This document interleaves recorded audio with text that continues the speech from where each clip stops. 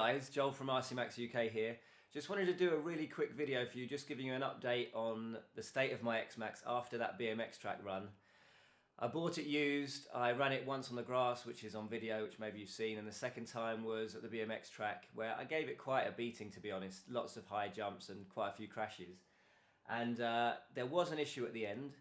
The centre drive shaft was bent, basically, so when I rocked it forwards and backwards, there was a bit of a creaking noise coming from the kind of centre of the truck. So I'd heard that they can bend, so I just took the centre plate off, which is just here, of course, and took that off to reveal the underside of the truck, and I could see straight away that it was bent. Now what I have done is I've already straightened it out by just holding it at each end and basically pressing, you know, bending it by hand basically. So the bend is there in the middle, you can kind of see that. And you may or may not be able to see, it's not really a hard surface. Let's put it on my floor. You can definitely hear it, but the bend was a lot worse than that. So basically I've bent that back by hand as best I can. So that's the situation with that. That was the damage. Otherwise there's not really any damage. I mean, it's interesting to see. This is the back section of the truck. A few new parts, of course. That's the centre diff in there that you can just about see the edge of, I guess. But yeah, this rear end is, of course, modified from the V1 that I did have. That's the cush drive there. If the camera will focus on it, I'm not sure. It's obviously a bit, light's not great here. But that's the cush drive. And basically what I'm going to do is I'm going to motor there, of course. 18 tooth pinion, so the stock gearing is 54/18. That's the stock pinion gear, stock spur gear. Sorry, there. I'm going to go to 46 tooth, which is this one.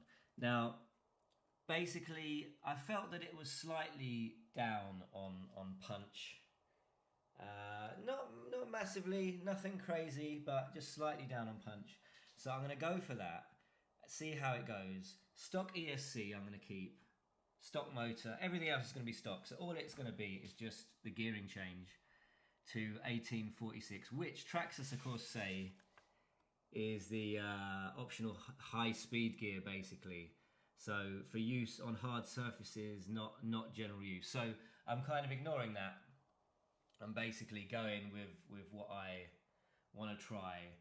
And of course I've got the Max 5 to go in here, so that is going to go in pretty soon, I think. Because personally I think the ESC is kind of holding it back.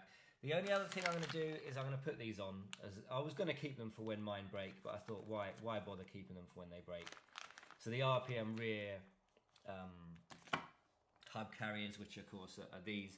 These are the Traxxas ones. The only two parts that I broke on my V1, plastic parts, were these hub carriers, both sides. So I was going to keep them to save when these break, but they've got bigger bearings, so I may as well just go for it and use them. And the only last thing to mention really is the body.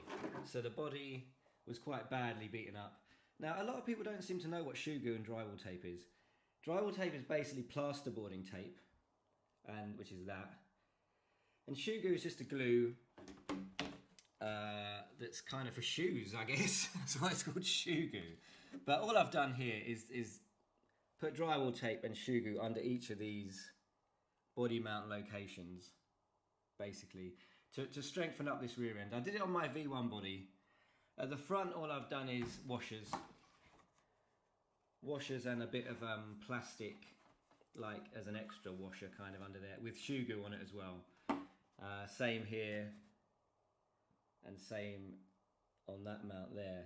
But here, just this is drywall tape. That's a bit of carbon sort of wrap at the back. I had a split at the back, which I've again just used shoe glue and drywall there. So basically, if you're going to bash these things, 8th scale it applies the same, or 10th scale, any bodies.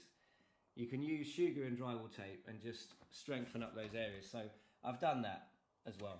So otherwise, that's basically the update. I'm just going to rebuild it with a new gearing and the hub carriers, and hopefully get some more runs in.